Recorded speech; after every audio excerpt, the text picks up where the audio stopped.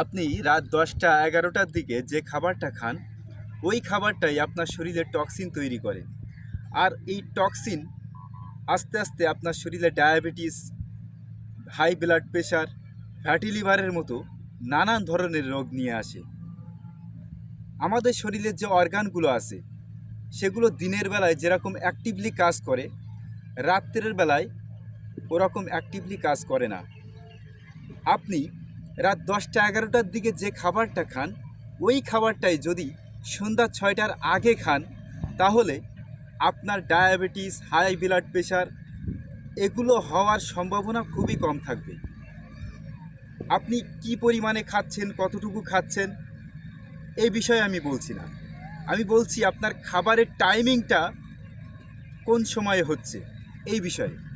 আপনি যদি জাস্ট রাত্রের খাবারটা সন্ধ্যা 6টার আগে খান, তাহলে আপনার যদি ইতিপূর্বে high blood pressure, diabetes, fatty liver এগুলো হয়েও থাকে, তা আপনি যেই দিনের থেকে খাবার সন্ধ্যা 6টায় বা সন্ধ্যা 6টার আগে খাওয়া শুরু করবেন, সেই দিনের থেকেই আপনার এই রোগগুলো মাত্রা কমতে থাকবে। ইঁদুর রাত্রের বেলায় খাবার খায়, কিন্তু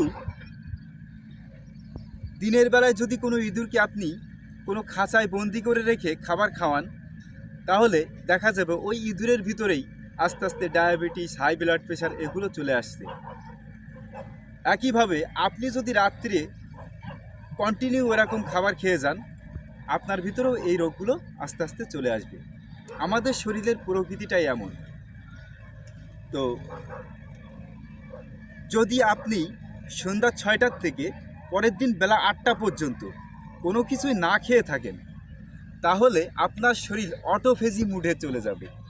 অর্থাৎ রোজা রাখলে আমাদের যেরকম উপকার হয়, আপনার শরীরটা এই অটোফেজি মুডে চলে যাওয়ার কারণে ঠিক ওরকম উপকার হবে।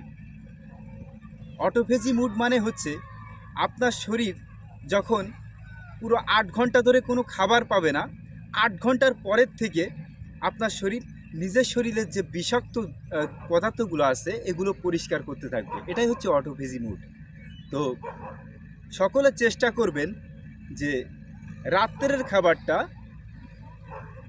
সন্ধ্যা 6টার আগে খাওয়ার, আর সকালের খাবারটা বেলা 8টার পরে, আর বেলা 10টার ভিতরে খাবার জন্য। তাহলে কি হবে? আপনার শরীরটা সুস্থ